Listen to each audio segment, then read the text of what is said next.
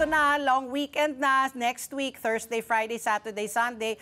Pero nanggaling po tayo sa holiday noong April 9, marami na daw magbabiyahe. Kayo na po magkwento po, gaano karami pong kapasero po ang inaasahan po natin na dadagsa po dyan sa Ninoy Aquino International Airport?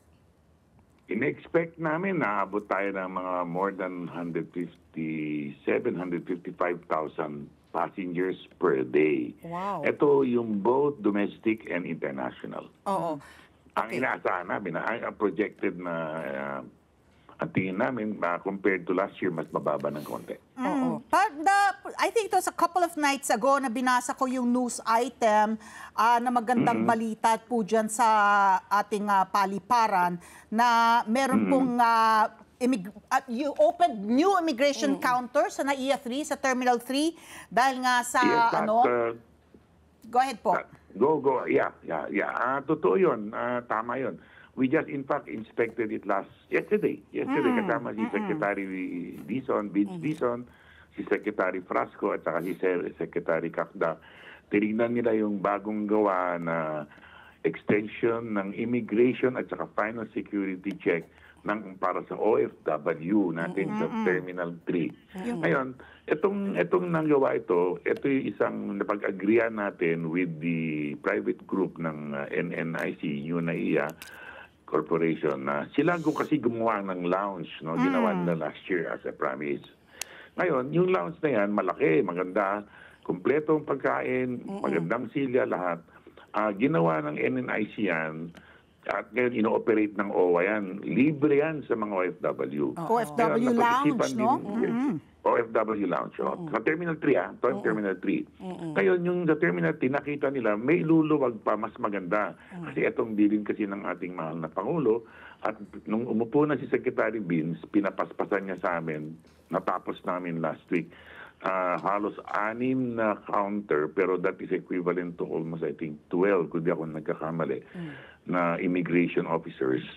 Tapos, meron tayong final security check just behind the lounge, yung lounge ng OFW. So it means na yung bawat OFW natin na qualified na pumasok sa lounge ay po pwedeng diretso na pagkakain, malapit na lang, ilang steps na lang, nandiyan na yung final security check.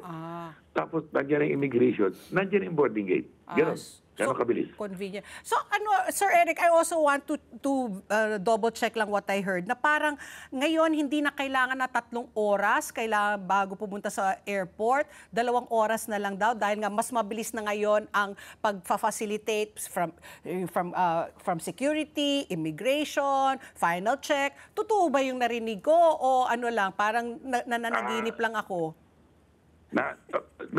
May kumakalat na gano'n. Pero sa tingin namin, doon pa rin dati ang ginagawa. Kasi alam mo, hindi natin makontrol ang traffic sa labas, no? Sa the premises of the airport. Kaya mas sinasuggest pa rin namin, lalo na kung galing sa malalayong lugar, na ganun pa rin ang punta nila. Hindi yung bumilis ka ang loob, no? Pero hindi naman lahat ng oras mabilis. For example, kaya namin pinaspasan yung extension ng immigration counter. Kasi kulang talaga kakapusin tayo. Kadami nang umaalis, wala tayong espasyo. So nailagay namin yan, hinabol namin para itong Holy Week.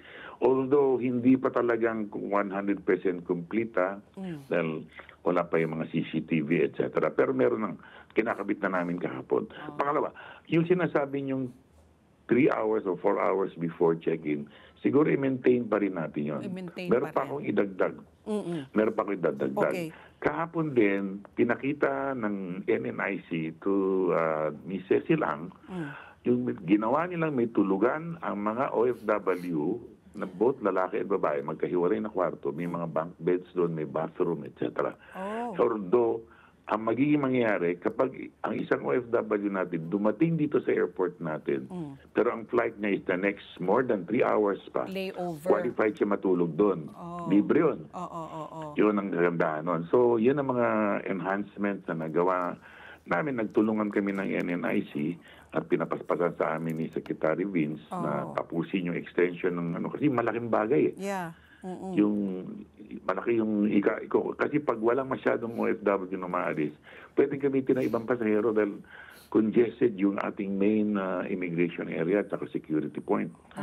So, makakabawas na at least 3,000 yun kada araw. Let's get together. Sunday 25. Sunday 25.